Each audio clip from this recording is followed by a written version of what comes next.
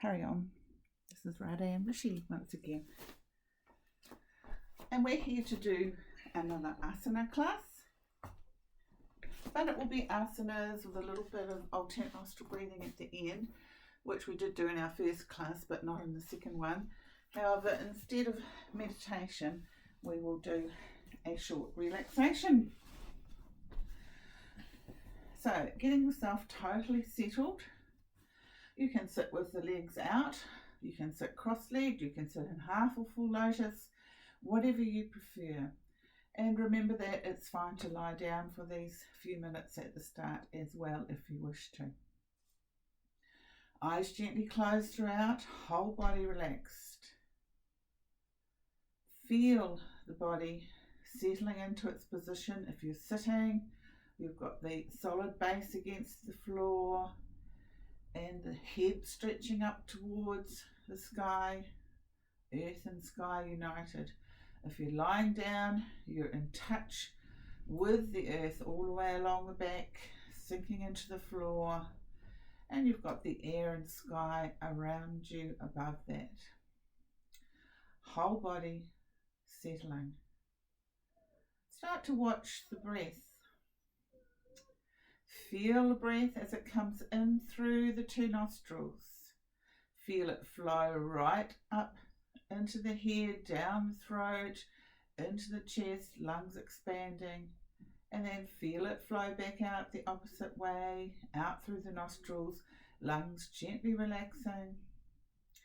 As you're doing this, the abdomen expands, then the chest on the in-breath, gentle expansion, almost extending into the in-breath.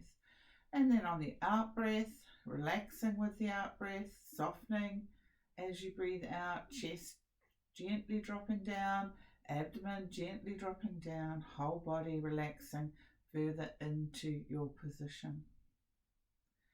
Keep watching each and every in and out breath, expansion on the in-breath, deepening relaxation gradually on the out-breath. No need to alter the breath unless it's naturally altered itself.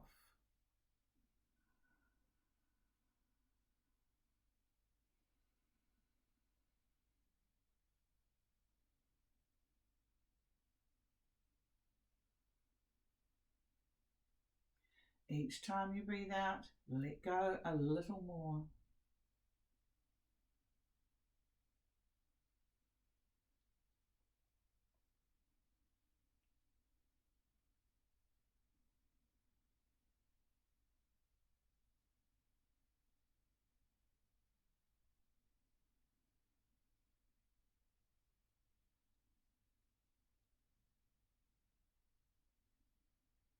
Whole body, mind, emotions, all of those aspects of yourself relaxing with each outgoing breath.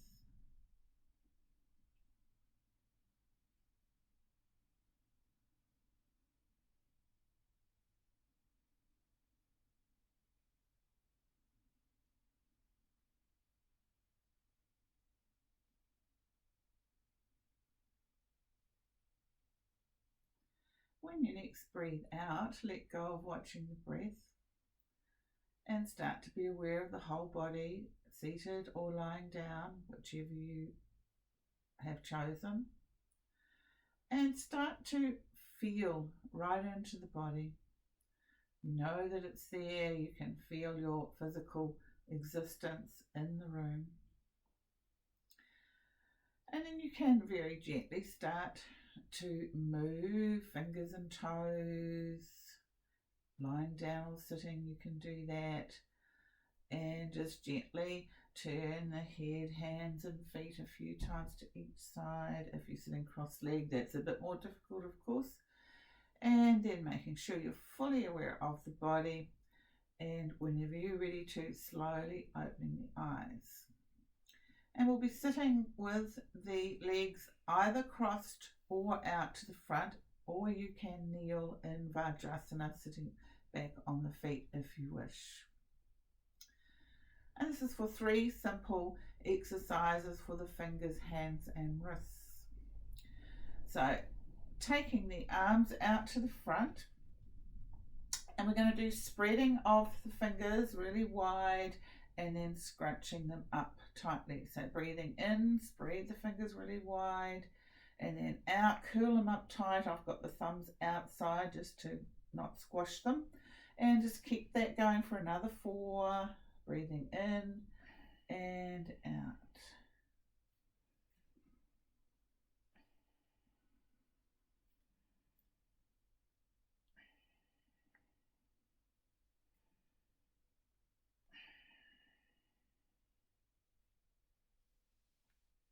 I may have done 1 extra there. Does not matter if you do a slightly different number. And relax the hands down, arms relaxing as well for a moment.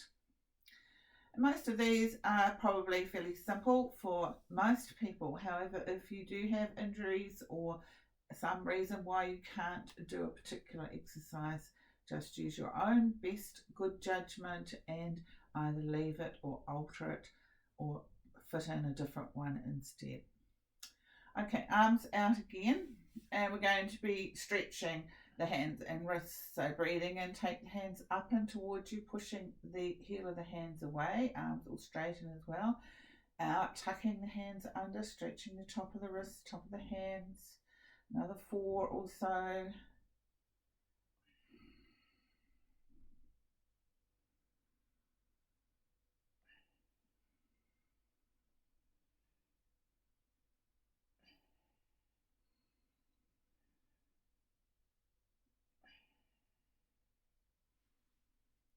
And we all work at a different pace, our own individual pace. So if you finish sooner than someone else, just relax the area that you've been working on and watch the breath.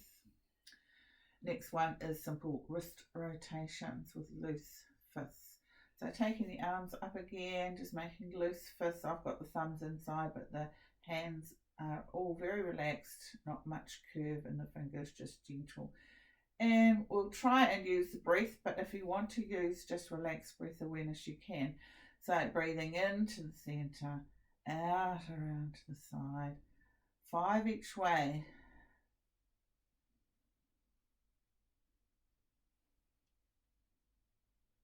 These can all be done singly, so just one side. If you find that you've got one side that doesn't want you to have the arm held up like that, you can keep the arm lower, or you can leave that side out, or you can support the arm with the other arm hand underneath like so. Okay, relaxed in the shoulders, arms, hands, fingers. And of course, feel free to change your seated position, how you've got your legs whenever you need to. But we're going to go on to shoulder rotations. And you've already worked the shoulders a little bit, probably without even realizing it by just having the arms up. But now we're going to rotate into those joints. Hands with the fingers on top of the shoulders. Sit tall so that we can use it as a bit of a breath awareness and spinal extension awareness too. Elbows together in front if you can. If they don't quite meet, that's okay. Breathing in, taking the elbows up and back, expand the chest. Squeeze the shoulder blades, breathe out as they come down. 4 more that way, and then 5 the other way. If you do 1 or 2 more or less, that is perfectly okay. Your own pace, your own level.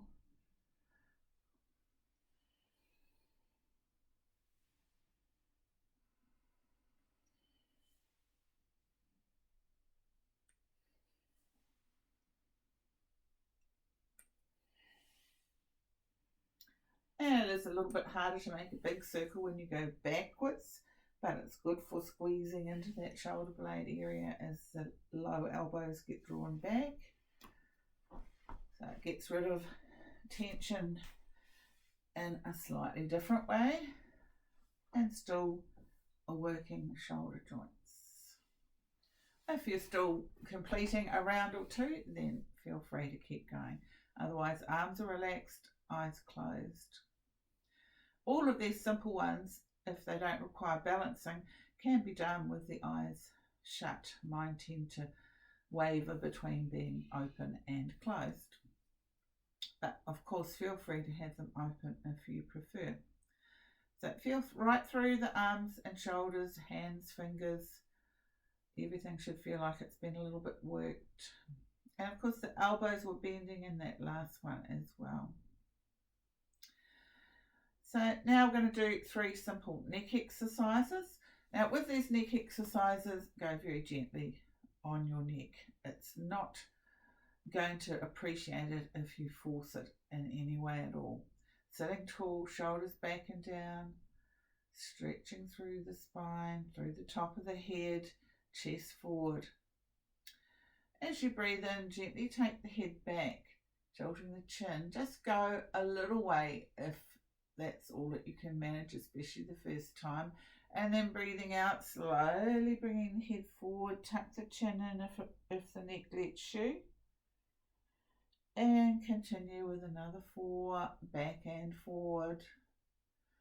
If you can go way back, then you stretch right into the sternum. If you can go way forward and tuck, you stretch into the thoracic spine. Keep that going.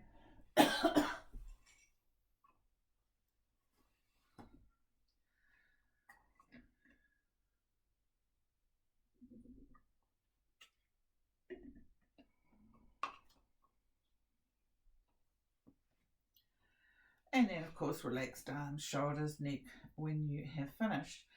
And the one that I like to do second is just the turning of the head, because I think it's slightly easier on the neck than the tilting one. So sitting tall, make sure your posture is still good, legs in whatever comfortable position you prefer, and chin level with the floor, shoulders back and down. If anything, the chin's slightly tucked, but not too much. Breathing in at the centre, breathing out, turn the head to one side. Only as far as you can without going past that point of resistance. Into the centre, out gently to the other side, as far as you comfortably can. And keep going, another 4 to each side. You might notice differences on each side.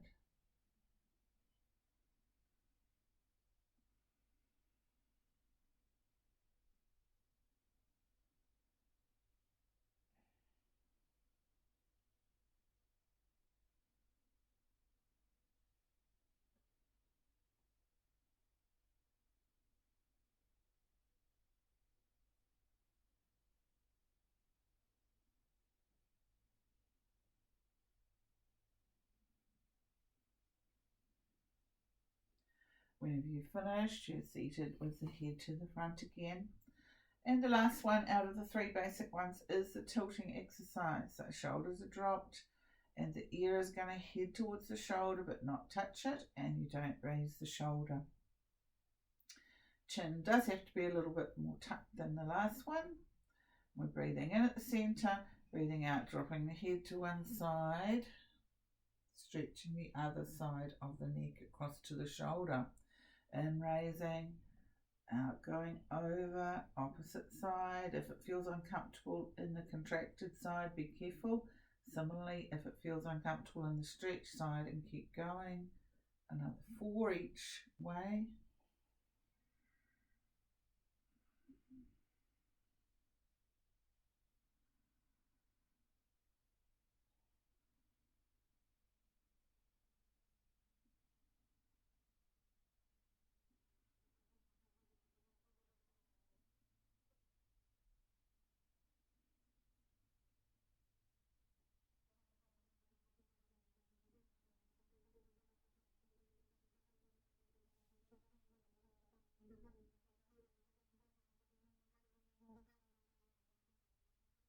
Whenever you complete, head to the centre, shoulders relaxed, chest forward, sitting tall, watch the breath.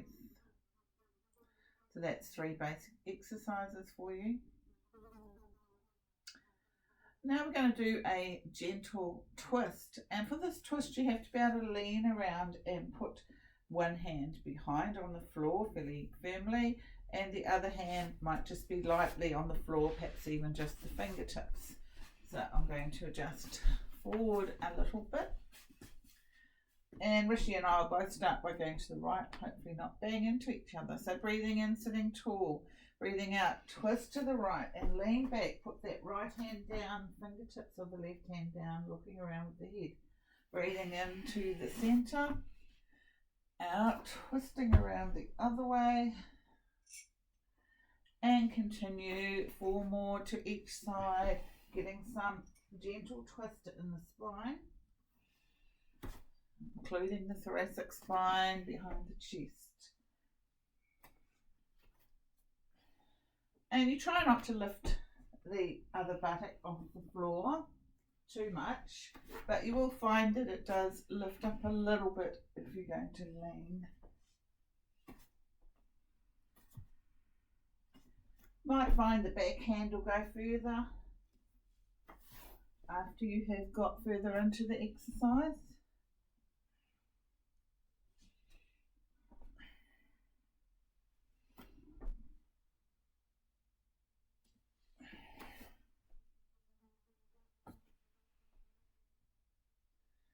Whenever you have completed, of course, sitting comfortably again, making sure that you feel settled.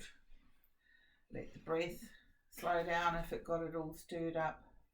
Might not have if it's fairly gentle exercise, that one's not too strenuous, but sometimes the heart and the lungs get stimulated just by twisting.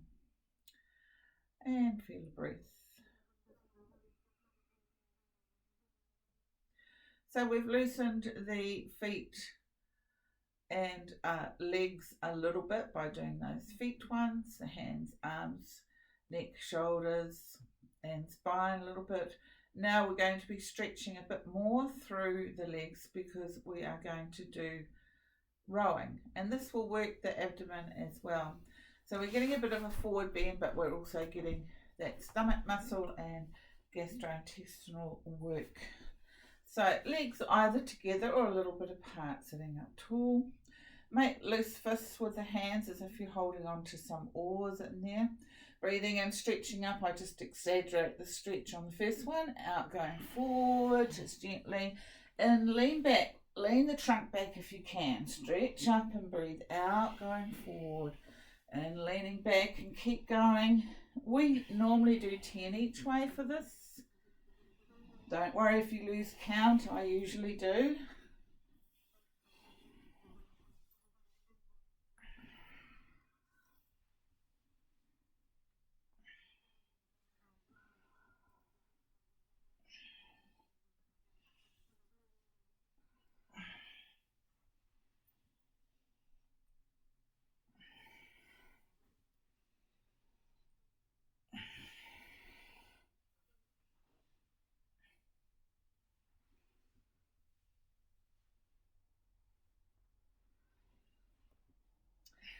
In each way.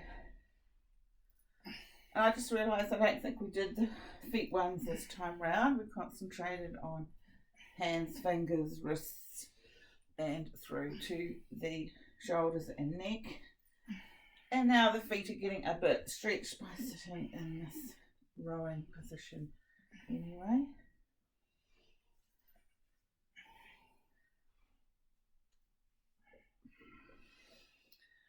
And you might still be going. If you are, that's fine. Otherwise, sitting comfortably. If you need to, you can lean back gently on the hands. I'm going to do that this time. Sometimes I just sit straight up with the hands lightly on the floor next to the hips.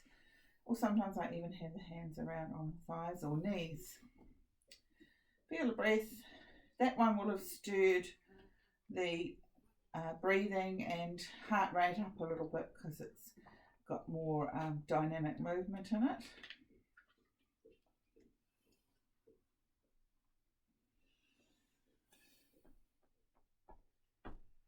And just before we go on further, I want to work the ankle joints, seeing as I didn't put that in at the beginning. So it has the feet a little bit apart, so you can circle the toes inwards towards each other when you're going in that direction. And you may not be able to see it in the shot, but it is just a rotation similar to what we did for the wrists. So breathing in, toes towards you, Let the feet go forward a little bit, otherwise you can't go inwards, and then breathing out, taking them inwards, starting to circle, drawing out a circle, breathing in as the toes come up again. Keep that going so they almost scrape across the floor as you go forward if your feet are flexible. 5 each way.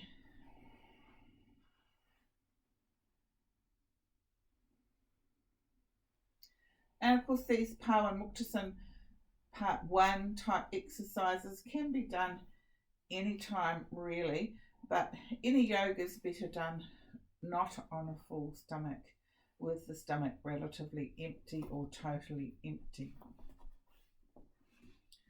Just relax those legs again. Feel the energy around the feet and the ankles. And you've already energized the legs a little bit, even in that leaning twist and of course in the rowing. But now they're going to get a bit more energized because we are going to do universal spinal, not universal spinal twist, we'll do that later, dynamic spinal twist, and then turning the mill. So we will have to angle ourselves so that we've got room. And I won't necessarily do all of the exercises, not just because of room, but also because I could be speaking through them rather than doing them. So we've got to have room to twist around and not bang into any furniture. No, we're all right like this, Rishi, so I think we'll be okay. So just sitting up tall, stretch the arms out to the sides. So arms out at shoulder height. Breathing in and then breathing out, twist to one side, try and reach towards the toes or leg and look back along the back arm that has swung around, turning the head, and back to the centre, out and turn. And just keep that going. Normally we do 10 each way for this, just like we did 10 for the rowing.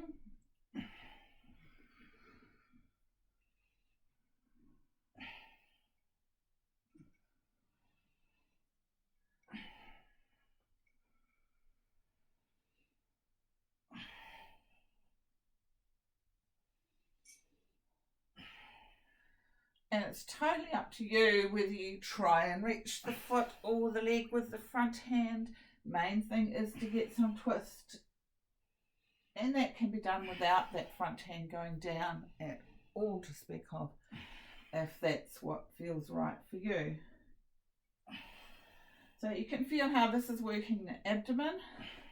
And of course it also works the spine, which we had already gently loosened up with the other twist.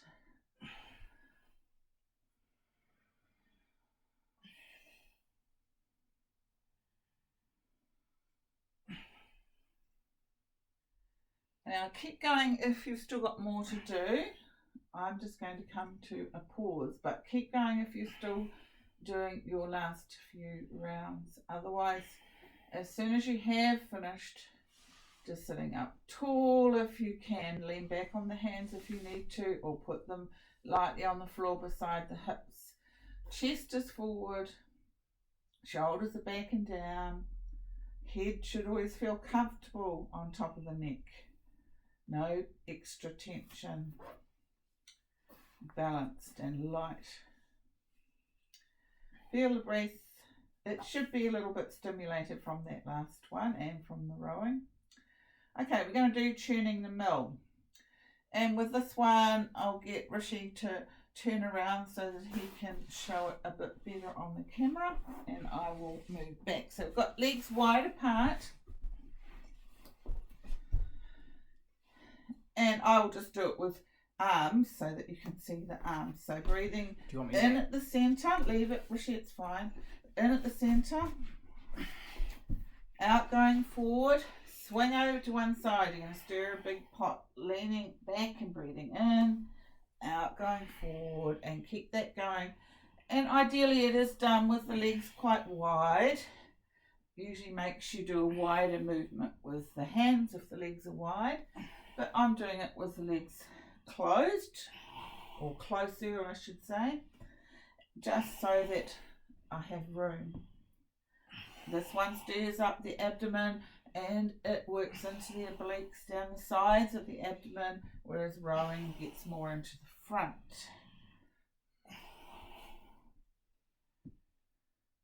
It's approximately 10 each way with this one as well.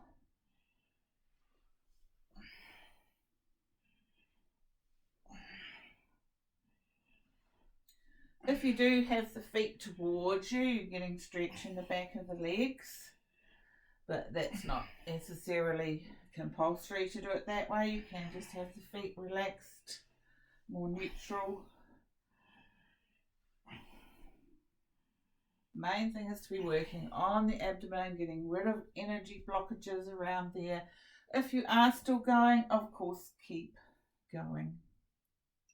If you've finished, relax the body. You can lean back on the hands.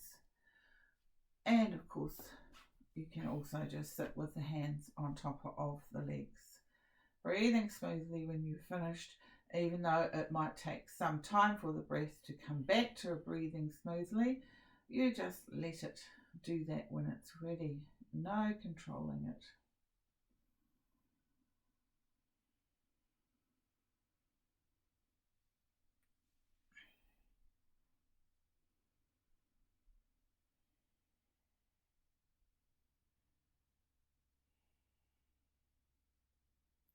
Feel into the heat and the energy running around the body from that. Those three have worked the Manipura chakra at the navel, the hot energy center, your dynamic energy center. And then just gently coming back to awareness of the body. And letting go of any breath awareness, opening the eyes, and we're going to come to hands and knees and do some cat poses. So onto hands and knees and being square in your position. So fingers are spread and palms of the hands are sort of sealed against your mat. Knees can be a little touch apart, tops of the feet relaxed on the floor. Heel of the hands under the shoulders. You can turn the elbows a little bit, so you turn the inside of the elbows a tiny bit forward, as long as that doesn't hurt your arms. And we're going to be undulating the spine. So as you breathe in, lifting the head, tilt the buttocks up. As you breathe out, curve the other way and drop the head down. Pull the abdomen in. And just keep that going gently. Do anything between 7 and 10 times. I'll just have the camera this way so that we can see Rishi working.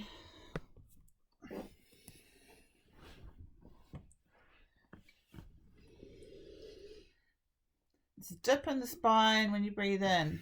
Stretch of the abdomen. When you breathe out, curve upwards in the spine. Contraction in the abdomen, and very good for the health of the pelvic region as well as your spine, and ideal for people with lung problems or with things like asthma, because it helps the breathing.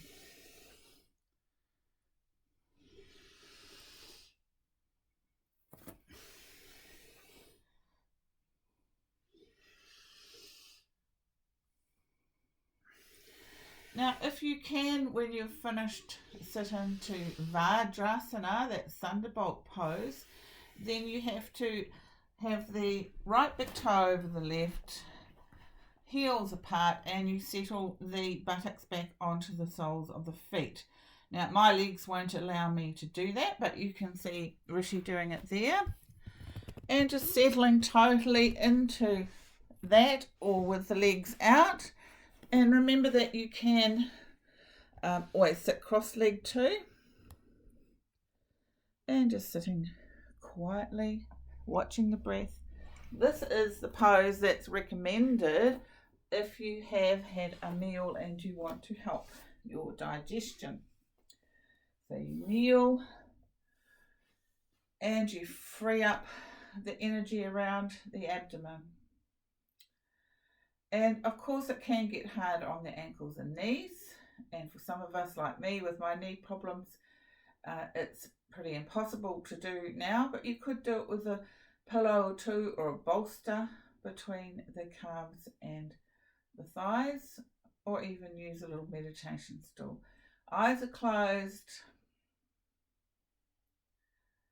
Let's just watch the breath in and out through the navel as if we were feeding some energy into that area around the adrenal glands, around the digestion. So as you breathe in, take your awareness in through the navel slowly, navel expanding along that line. You take the awareness to the spine behind, to the Manipura chakra, the solar plexus, and then on the out breath, flow the awareness back out through the navel. And just keep doing that in time with your own natural breath. Remember, if the legs get uncomfortable, change them. But keep watching the breath.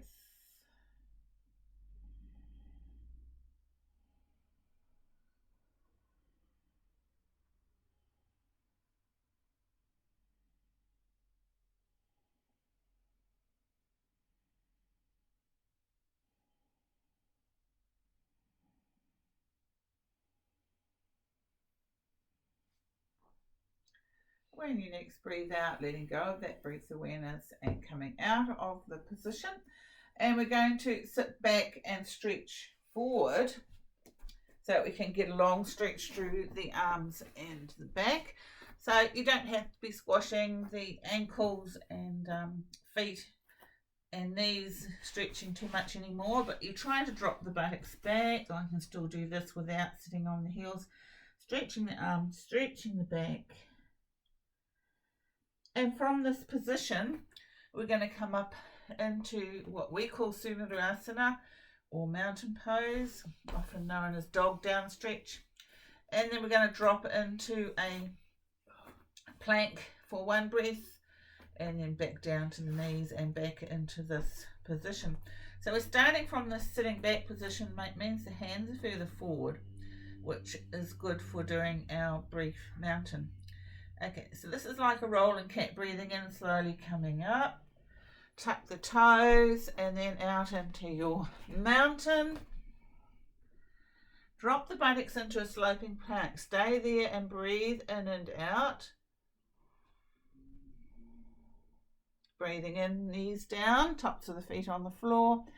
Out, stretching back. And keep that going another 4 rounds if you can. And I will try to get the camera onto Rishi. So you can see he's dropping the buttocks a bit into a sloping plank. It looks a slightly odd angle from the way it's filming, but it's like a diagonal.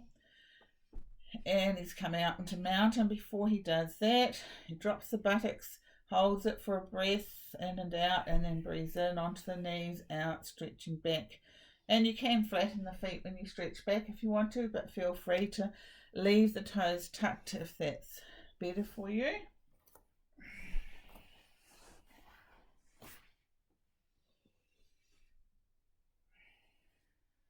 And only working to your own level. Stop if it's too hard, leave out the plank if you have to. The plank will start to strengthen your abdomen, especially if you're aware of that core while you're doing it. But even the mountain pose, you can be aware of your core. And this time I'm going to get you to fold into any version of pose of the child. So Rishi is folding down with the forehead on the floor, arms back alongside the legs. Now you could, if you wanted to, put the hands in front of you, one fist on top of the other, forehead on the fists, because that gives you a little bit of height, not so much stretch into the ankles and knees then. And of course you could have the arms stretched out in front if you want to. So there's various variations. And just watching the breath while you're there. This is ideal as a gentle back stretch and is soothing for the adrenal glands. Let's watch the breath in and out through the back of the body, from behind the navel this time instead of from in front. As you breathe in, draw your awareness in through the spine behind the navel to the navel, sending some energy around that area, around the adrenal glands. And then on the out breath, relax the awareness in a straight line out the opposite way, back out through the spine behind the navel. And just keep relaxing that whole area each time you breathe out. Just keep going for a little while. If you're into using the mantra Om, you can count a number silently on your in-breath and then repeat silently Om on the out-breath. And that's a way of keeping count if you need to. And of course you can just relax the awareness out on the out-breath without the Om if that's what you prefer. Okay, I'm going to gently let you come out of that. So leave the observation of the breath at the spine behind the navel. Be aware of the whole body, and very slowly when you're ready to, sitting up, stretching the legs out to the front. Okay, we'll do a little bit of half butterfly. Now, we didn't do that earlier, but it's an ideal one to do now because we want to work the hip joint before we do a forward fold over one leg. So we're just going to do half butterfly. Rishi's sitting in full butterfly position, but we're only going to do half. So you're putting one foot up onto the opposite thigh. I have to have my foot on the floor further out because of the knee problem. So wherever you can get your foot is fine. Sitting tall and then just gently bouncing that knee up and down, a little bit of pressing down and then releasing. You can rock a little bit if that's what you need to get the movement going. We'll do about 20 or 30. Doesn't have to be exact. Just trying to get that hip joint to loosen up a bit more. Careful of knees, of course, which is why I do it without trying to put the foot on the other leg. Okay, whenever you've finished that, see if you can get the foot in any closer to the body, but with it on the floor now. And I already had mine on the floor, of course, but you get it in as close as you can. If it still has to stay a long way out or forward, that is fine. But if you've got it in close, tucking the heel into the perineum, then you can get more work in that hip joint when you forward bend. Other foot straight out to the front, toes up. And we're going to breathe in and stretch up. Breathe out, forward bend. See if you can reach that foot. In, sliding the hands up, open the lungs, stretch the arms out to the sides and up, out, a long breath forward, trying to keep the head between the arms as long as you can. Keep that going until you get to the fifth one. And on the fifth one, you're going to hold for anything up to 12 breaths. And remember, I said you can do the counting with the silent number and the silent Om on the out breath if you want to.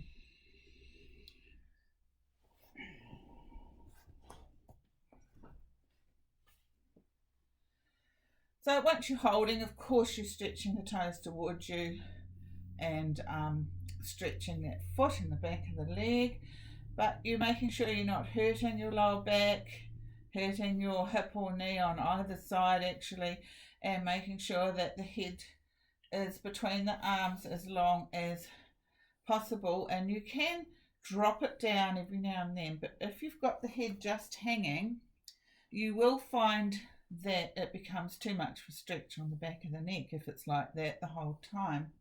And also it's good to have the neck as an extension of the rest of the back rather than dropping it. If you've gone down a long way, you might have the chin or forehead on the shin, in which case you'd be grabbing further around the foot. Okay, and the thing to do when you come out of that is to hug that bent knee up towards the chest, just to readjust it to the center, and then let it go. And then of course you can do a bit of shuffling like Rishi was. Okay, other side for the half butterfly. Once again, I'm going to have a loose one. Now if you've got the foot up on the other leg, you might find it's way over like Rishi's is, because his hips are quite flexible. And then you just adjust the position and get yourself moving with the half butterfly. You can use in and out breath with each bounce if you want to, breathing in for upward movement, out for down, or the other way around. But I tend to just keep going with relaxed breathing until I feel like I have done enough. I'm trying to do about the same as on the other side. Might not be quite as much yet, but when you think it's about the same as on the other side, you're going to put that foot down if it was on the thigh and draw it in towards the body as far as you can. Hands on top of the other leg. Breathing in, taking the arms out, big semicircles, opening the lungs and chest. Out, going forward, trying to reach the toes if you can. Slide the hands up the side of the leg, breathing in, opening the chest and the arms, stretching. Long back, long arms, breathing out. Keep that going until you get to number 5. And the 5th one is the one that you are holding and watching the breath with. And remember, we all work at different paces. If you find that there's too many gaps in this video, you can add in a few more rounds of something where you need to, or you can just watch the breath. So once you're in this final forward bend and the fold over that leg, very good for lengthening the leg, you try to count the breath.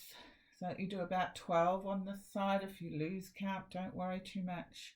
You'll still be able to guesstimate or approximate how long you've been there. And remember, when you do come out, adjust that bent knee, hug it up to you, drop it down, and any loosening up, shuffling of the legs that you need to do. And just feel the whole body sitting comfortably.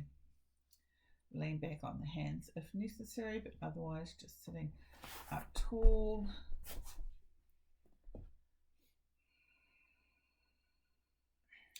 Now I am always putting in bridge pose into my classes, Asana. So we are going to do that now. It is excellent for pelvic health, just like cat pose is, but it's also excellent for massaging the back. You do not get the massage in cat pose, but with Asana you do get the massage. So lying as where she is with the feet in front of the buttocks, and the feet should be about hip width apart, or even a touch closer, but not really closer, or else you don't get much bend in the back. Palms are going to stay down, chin tucked in a little bit, back of the neck slightly stretched, head centered of course. Now as you breathe in, start to tilt the pelvis towards you, push with the feet on the floor and lift up, working those back muscles. As you breathe out, massage the back slowly on the way down and pelvis back to normal position. And just keep that going. It's a pelvic tilt towards your head that starts off the movement, and the pelvis stays quite high on the way down until you're almost down on the floor, and then it returns to normal. So just doing 5, and on the 5th one, holding for 12, like we did in the last pose.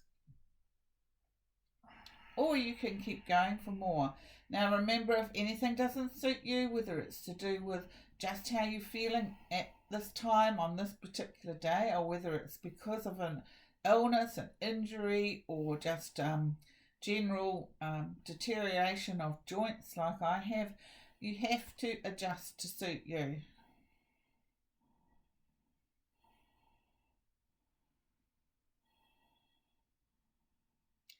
And keep the breath going smoothly. It shouldn't be too fast, even though it's a backward bend and is a bit stimulating.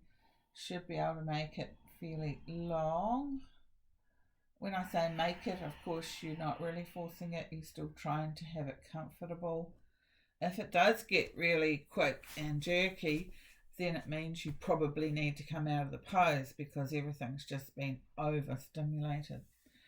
Okay, relaxing once you're down. Now you can have the feet wide apart, as Rishi has, and the knees in together, or you can stretch out into Shavasana. So Rishi, if you can, just sliding the legs out.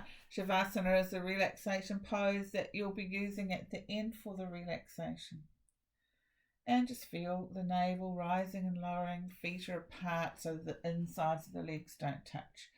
And that means you can roll the legs out from the hips and the feet tilt out to the sides. Similar thing with the arms, they're sort of rolled out from the shoulders, palms up or facing the body, not down, fingers gently curved. You can join thumb and forefinger in a mudra if you wish to, or else you can just have the thumb and forefinger separated. Eyes closed, of course, because you're relaxing. Feel the navel rise, feel the navel lower. Okay, we're going to do a little bit more for the abdomen. So we'll do leg lock pose, which is compressing the digestive eliminatory area. So still lying on the back and the legs are out to the front. And both legs straight and together to start with. If you want to make this a little bit easier, you can have the leg that you're not using in the leg lock bent with the sole of the foot on the floor. Otherwise, just that other leg is straight and the one that you're going to use is bent. Now grab hold of the one that you're going to use with the hands either around the thigh or the shin, or even grabbing the clothes. Now breathe in first, and then as you breathe out, draw that knee towards the chest, raise the head and shoulders if it's okay for the neck, and then out, lowering, and then out, coming into the compression of the abdomen again. And another 3 times on that side.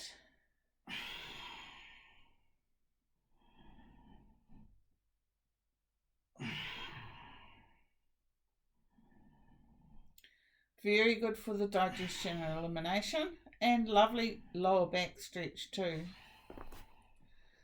Same on the other side. We always start with the right side because that for most of us would be the ascending colon. So repeating on that other side, you can use one hand or both hands around the leg, whatever you prefer.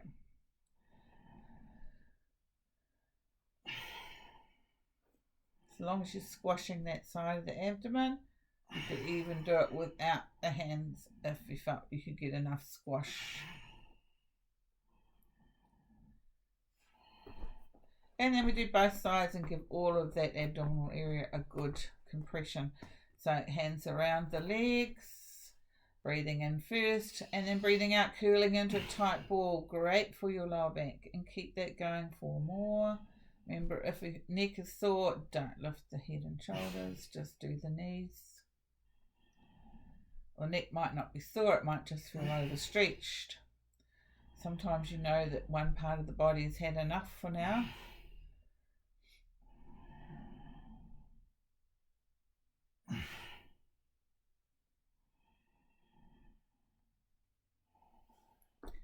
And of course relax when you're finished, and that ideal position for the lower back is with the knees in, feet wide, thighs are touching.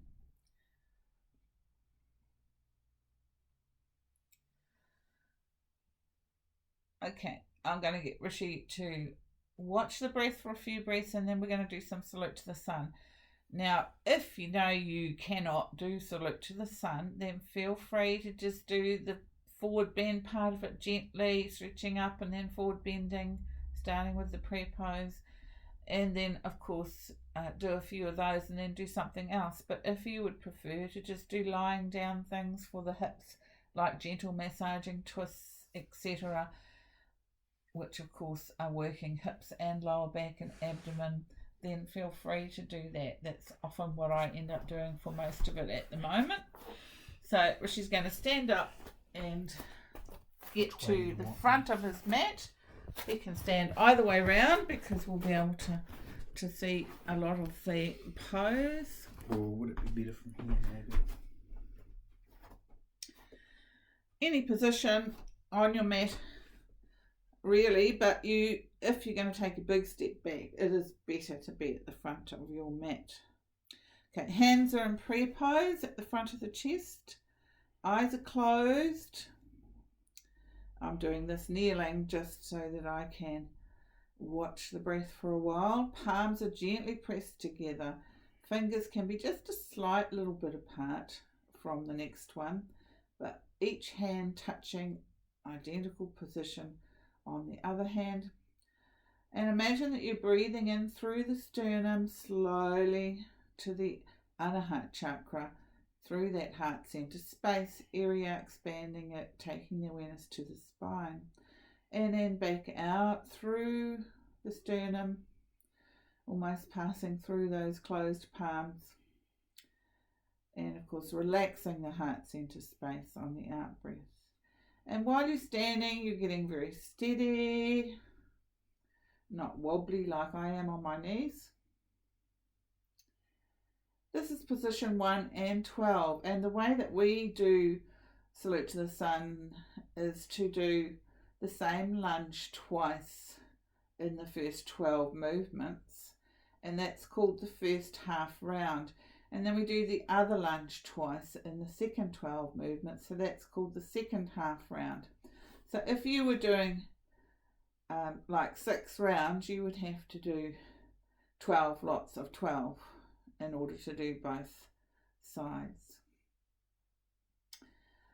And whole body settled, feet steady, knees and everywhere else feeling comfortable and just gently extended, nice and tall. Be aware of the whole body, open the eyes, lowering the arms and breathing in, stretching up and back. Position 2, out, forward bend, 3, in, step the right foot back if you're used to doing that side first, 4, out, left foot back into mountain, 5, drop the knees down, 6, breathe in into a cobra, 7, out back into mountain, 8, stepping forward on the in-breath, 9, other foot forward to the forward bend, 10, breathing out, in, coming up, breathing in, 11, out, prayer pose, 12 and 1. That's the first half. Do the other half and then 2 more rounds or more if you end up going at a faster pace. Feel free to do less, feel free to relax or do an alternative couple of poses, whether they're easy ones or ones that you know are good for you.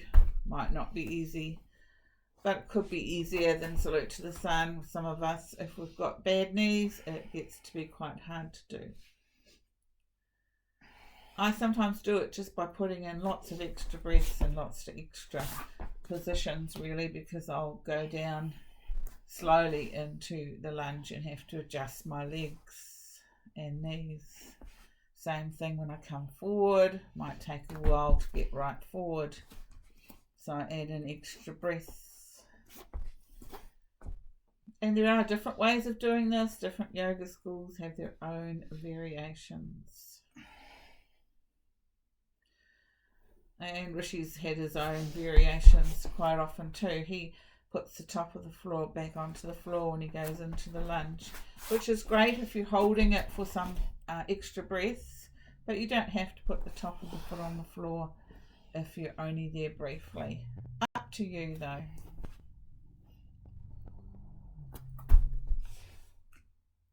And with the lunge, you can bring the arms back alongside the legs, perhaps even arch the trunk back a bit if you want to, or you can keep the hands up by the front foot. And sometimes people stretch the arms into the air and arch back, getting an even bigger stretch through the front of the hip and the back leg and a bigger arch in the spine. Keep it flowing with the breath.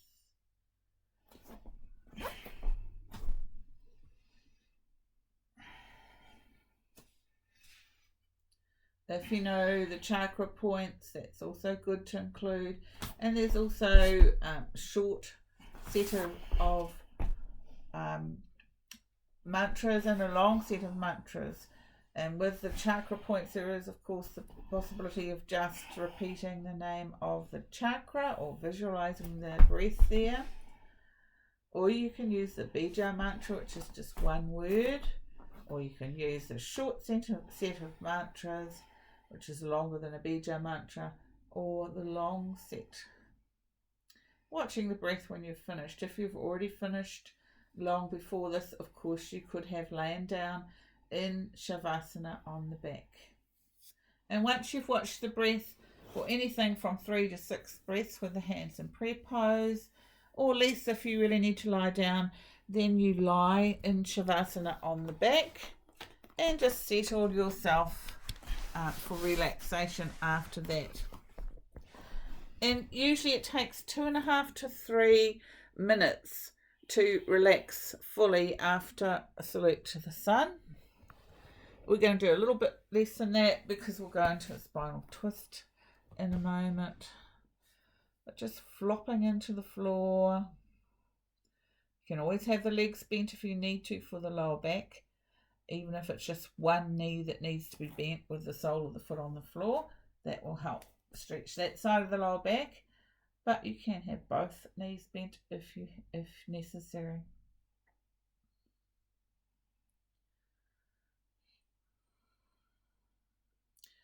Getting your breath back a bit.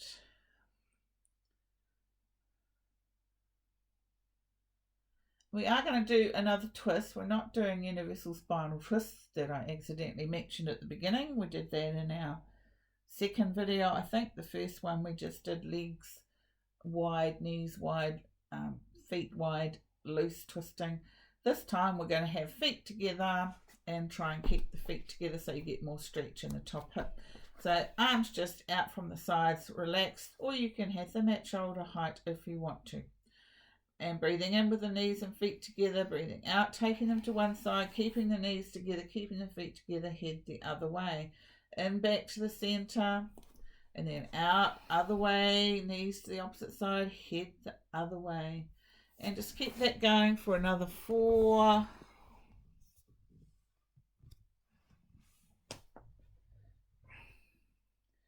You can see that Rishi's trying to keep his feet together, and that gives the top hip a bit more of a stretch, makes it a bit stronger. You can let that top foot slide back a bit when you twist if it's too much stretch. And you use your own pace, fitting in with the breath. Sometimes we go quicker than other times, and of course everyone's different from any other person. Okay, when you've done 5 of those, I want you to either do leg raise pose just with the hands underneath the buttocks on the floor and the palms down, or rolling up into half shoulder stand for a while. This is going to be more like a normal length class. I usually do 1.25 or so hour classes at the moment when I have classes, once we're finished with COVID-19 restrictions. So it is going to be a bit longer than the other videos. You can always pause it or stop it if you've had enough and have to just watch the breath for a few minutes and then carry on with your day.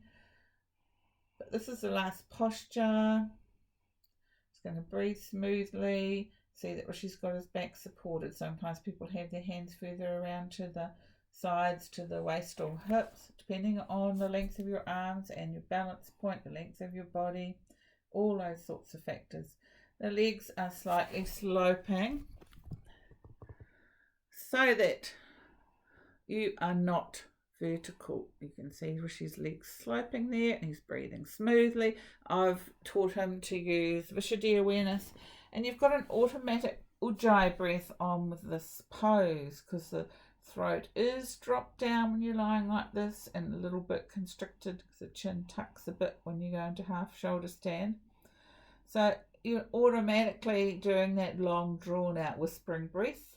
And Ujjayi is a good breath for slowing down the blood pressure, for just quickly internalizing, getting away from the normal breathing pattern and reducing stress. And Rishi's now in pose of tranquility, which he's been doing a little bit at the end. That's just where you tilt the legs a bit further towards the floor, hands on the shins. Arms are straight, legs are straight, so you've not gone all the way into plough. And this is meant to be very tranquil for the nervous system, very soothing. So if you can, get it going so that it feels comfortable for you, and people's hands will be in different spots on the shins, different amount of tilt with the legs. If you can get it going so that it's comfortable for you, it does become quite tranquil. And when he's ready to, he's just going to roll down and lie on the back. So Rishi, when you do come down, even if you roll up first, just lie on the back for a few breaths, because we're not going to do a counter pose unless people really want to. Now remember, if you need to put in a different posture, or you want to add in a different breathing technique at the end, of course you can pause the video and do that too, and then come back to it afterwards. So he's just relaxing in Shavasana, so that he is getting that bit of relaxation after being upside down. I was always taught that it's good to relax for about a minute in Shavasana, or a horizontal position, even if it's pose as a child after doing mountain, just to get the head and heart at the same height for a while before you swing back up to normal, because you have been inverted, and so the head and heart have had to be affected differently from that inversion, and sometimes swinging straight up to their usual position is too much of a sudden change, a juxtaposition. So it's better to have that in between neutral position. Now, if you do feel like you need to ease your back, to do gentle twists or arches or anything to ease the back, of course you can. We have sometimes been doing simple fish, but not always. But we are going to sit in a moment whenever you are ready to, and do some alternate nostril breathing. Rishi's just doing a few little knees to one foot, and one knee to one opposite foot, the other knee across afterwards, just to ease his back and pelvis and hips. You might have your own favourite things like knee circling, massaging the back, or you might do cat poses or a few breaths of simple fish.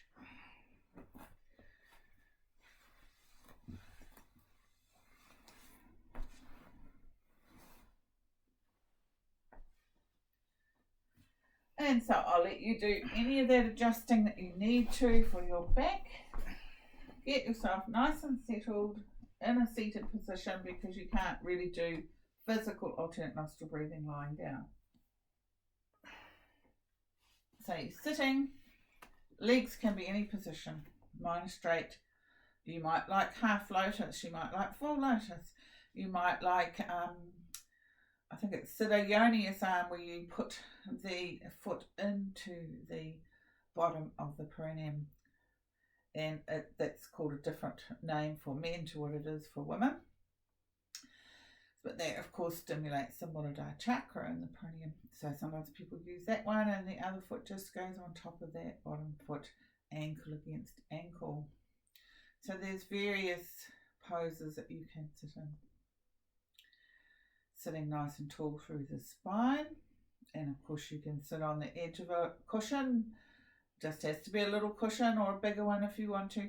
Sitting on the edge of it to lift the buttocks off the floor, tilt the pelvis forward, and it stops you from rolling back on the tailbone and any of the rest of the spine.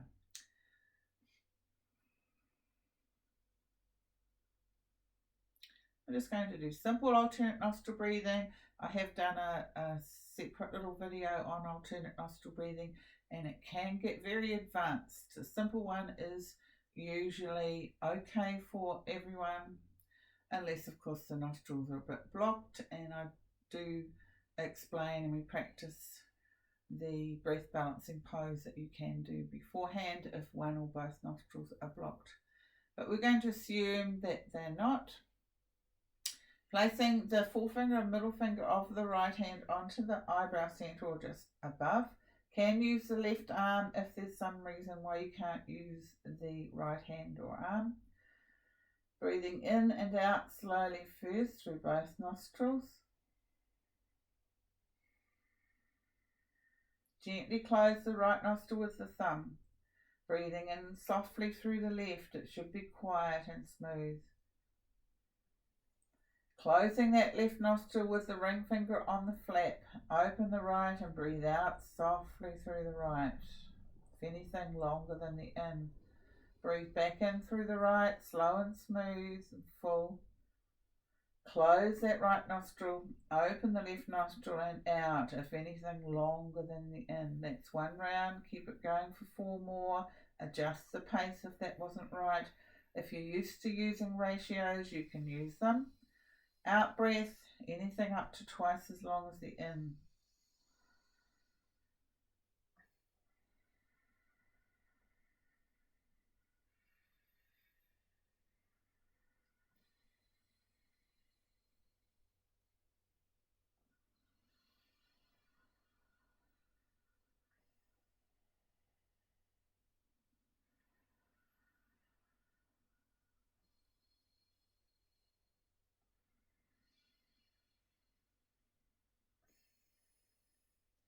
Now I can hear Rishi's in my breath a bit more than I should be able to. Even with your own breath, it should be almost silent. You'll hear it a bit because it is within you, but it should be soft and smooth. If it becomes jerky or noisy, you're often trying to extend the practice too much.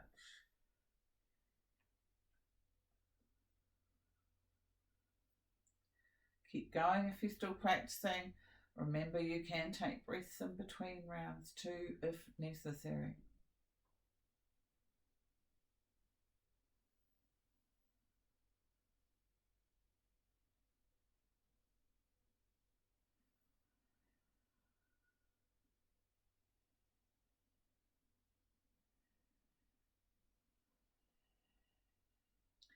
When you're finished, of course, arm is lowered and relaxed.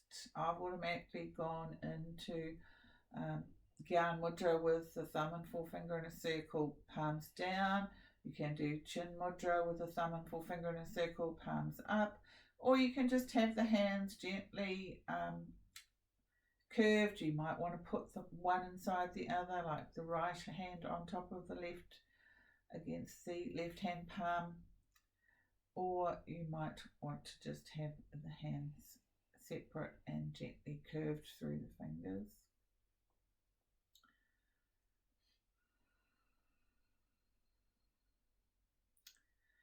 And I'm going to get you to be aware of the body and lie down for short relaxation. Now this is where you need to have something to cover yourself, even if it's midsummer. It's a good idea to have a sarong or a dhoti or some piece of cloth to cover yourself with, and if it's winter, of course, you want more for warmth. Eyes gently closed once you're down, and remember you can have one leg bent or both legs bent if you need to for the lower back, or you could put a little cushion under each thigh, or even a bolster or a big cushion under both thighs to reach across. Whole body relaxed. If the neck gets uncomfortable, you can have a little cushion under the head, but generally at the end of the yoga class, the neck has been gently worked and it feels okay to lie without a cushion. Feel the whole body expanding on the in-breath, breath moving in through the nostrils, abdomen expanding, chest expanding. Feel the whole body relaxing on the out-breath, breath leaving back out through the nostrils, abdomen gently relaxing downwards, chest relaxing downwards and inwards. And just keep watching this happening.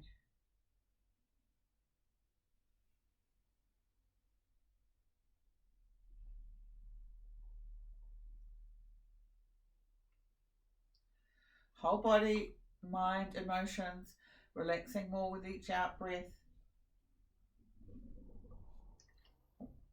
Just as they did at the beginning, but now we're at the end of our class and we just want to let go of any tension or tiredness or soreness that might have come in from doing some of the exercises. It could be that there's none of that there, which is good, of course, but if there is any sore spot or tense spot, you're letting go, particularly through that area.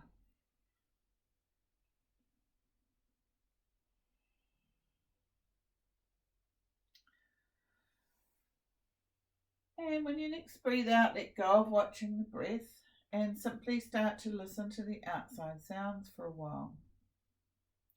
It could be that there's lots of sounds, it could be that there's hardly any.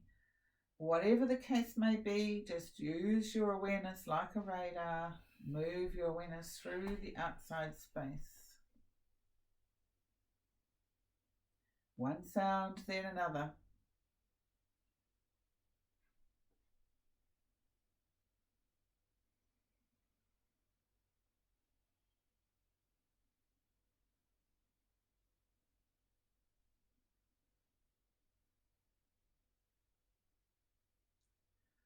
Soft and more subtle sounds, as well as the louder, more obvious sounds.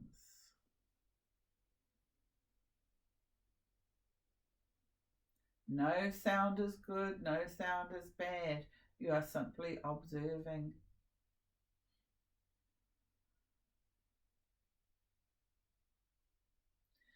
Now start to bring your awareness back into the body.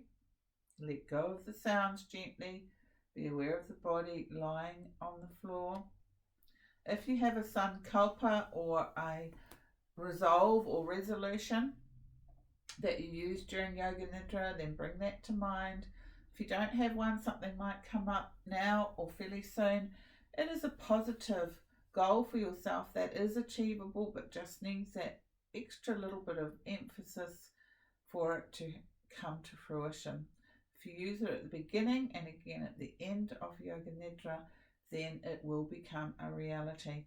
So if you have one, repeating it silently in your mind 3 times in brief positive way, knowing that it's right for you.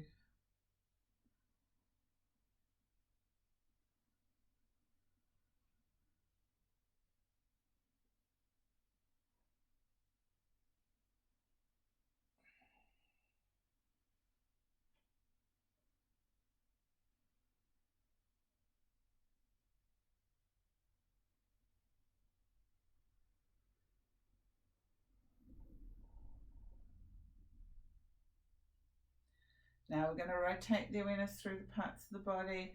If you lose track, just pick up on wherever we're up to once you come into touch with my voice again. It is still going into the mind, deeply into the mind, even if you lose track with the conscious mind. But try to stay awake and focused. Take the awareness to the right hand thumb, mentally repeating right hand thumb.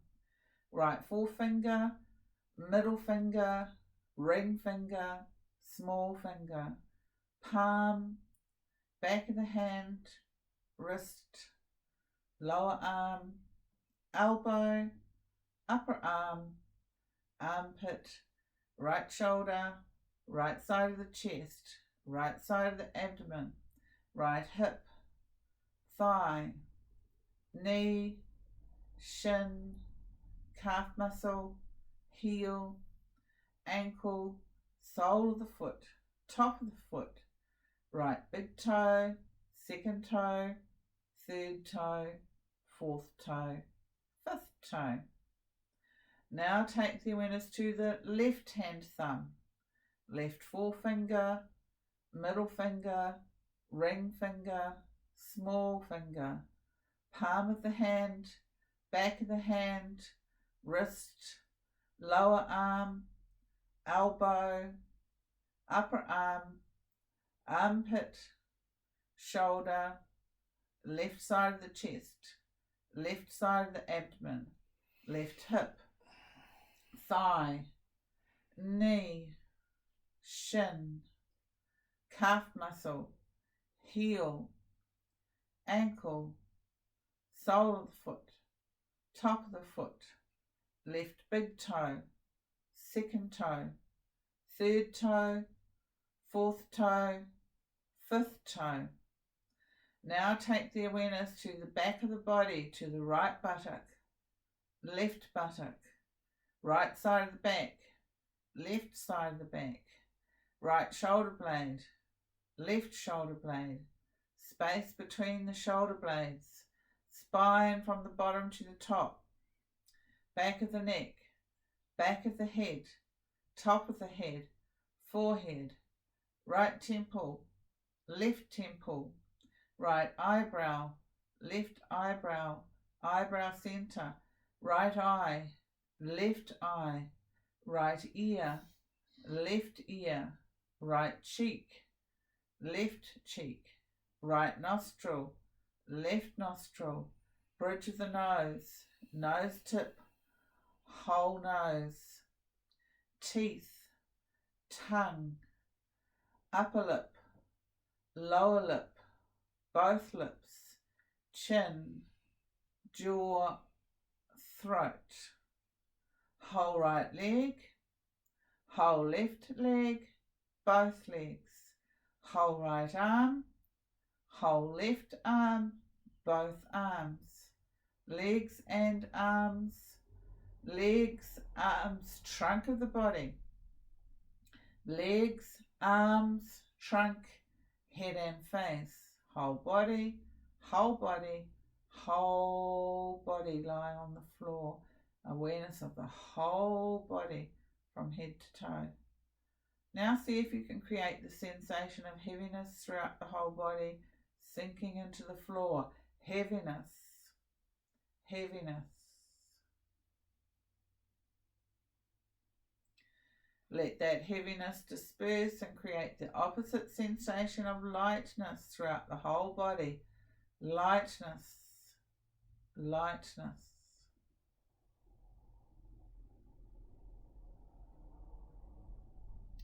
Let go of practicing sensations, and now we're going to practice watching the inverted V-shaped breath in the nostrils, but we're going to use counting a bit like I mentioned during the postures, where we're going to count a number on the in-breath, silently Om, or just relax the awareness out on the out-breath. We're going to count backwards though to try and increase the focus.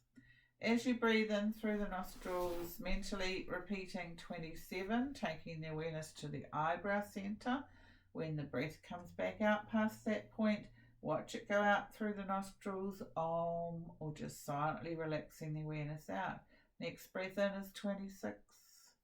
Keep counting the breath in the nostrils, inverted V-shaped breath from 27 back towards 1, feeling and being aware of that eyebrow center point, trigger point for the Agnya chakra at the peak of each inhalation, and then relaxing the awareness out through the nostrils on the out breath.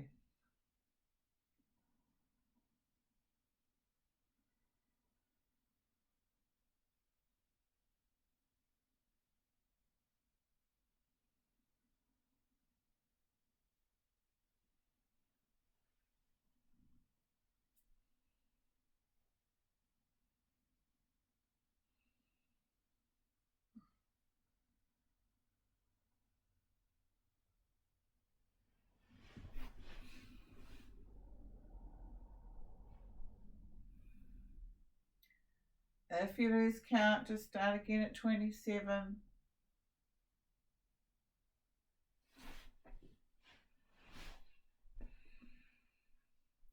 If you get uncomfortable, of course, you can gently adjust, but you do that without opening the eyes, and then you come back to the practice with full awareness once you have done your gentle adjustment.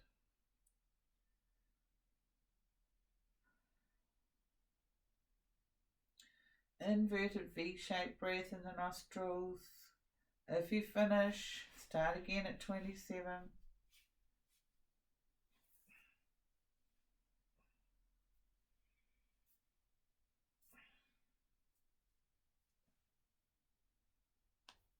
When you next breathe out, just let go of watching that inverted V-shaped breath in the nostrils, and be aware now of the mind space, the Chittakash, the space in behind the forehead. This is known as the infinite internal mind space. You might see it as vast and way beyond your own head, or you might see it all within that space.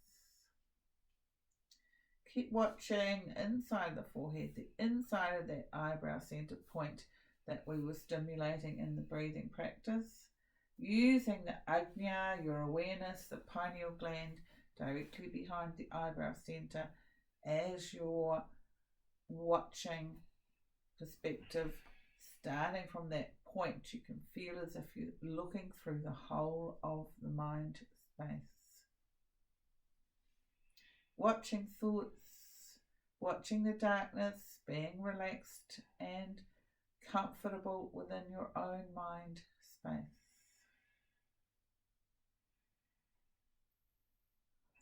Let the thoughts come, let them go. There may be colours, any impressions, simply observe.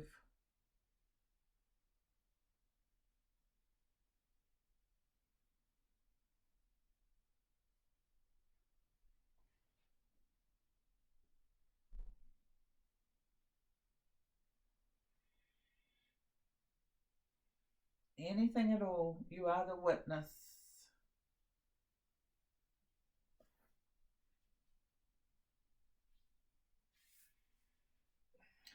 See if you can visualize a tiny little white star, a tiny pinpoint of light almost, little white star in behind the eyebrow center. And hold on to that point of energy for a few moments, a tiny little white bright star.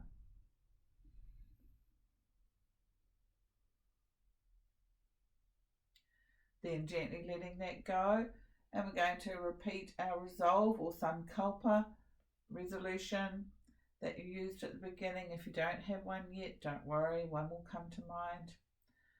Repeating your resolve with sincerity, with full awareness, 3 times silently to yourself.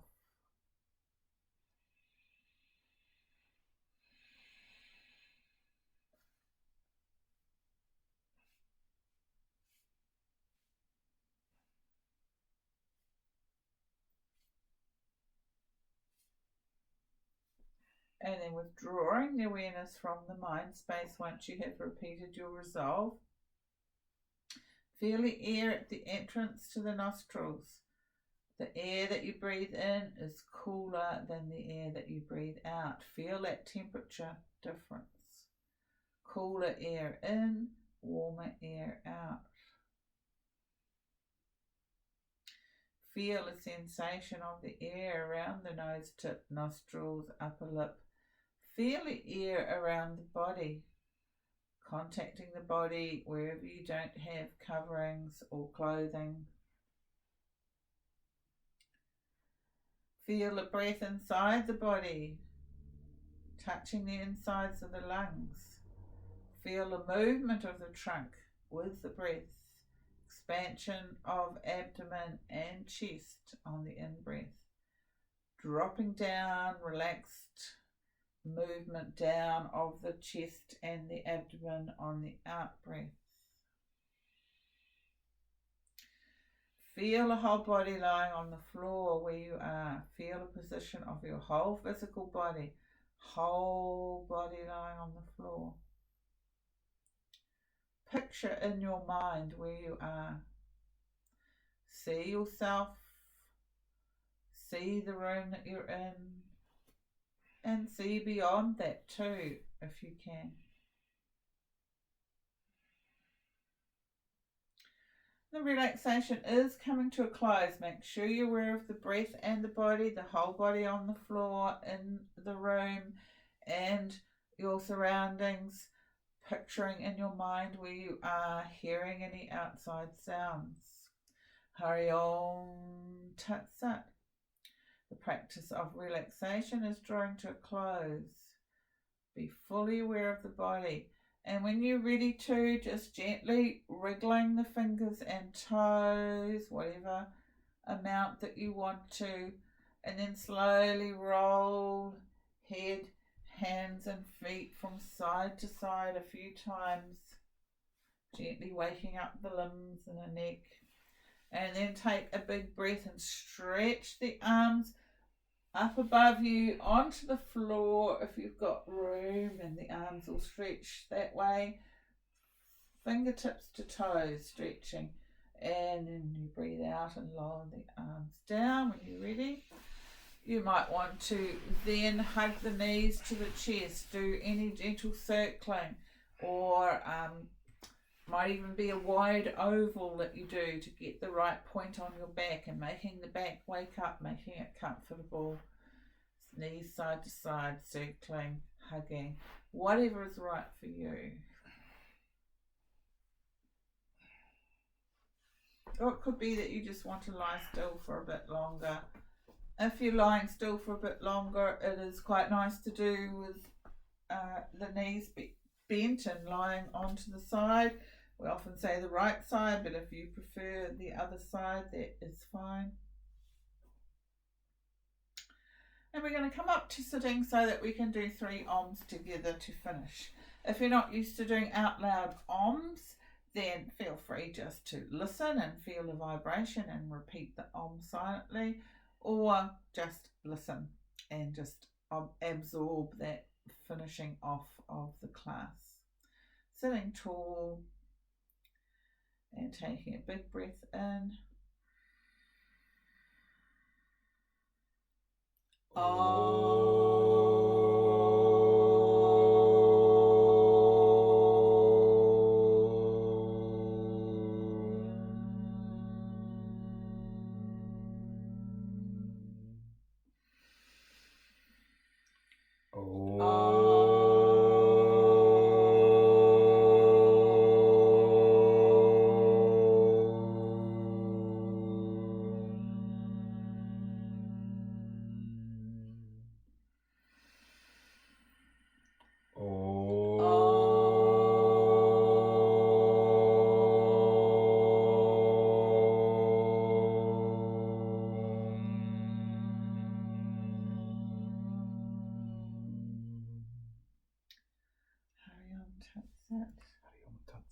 Thank you all.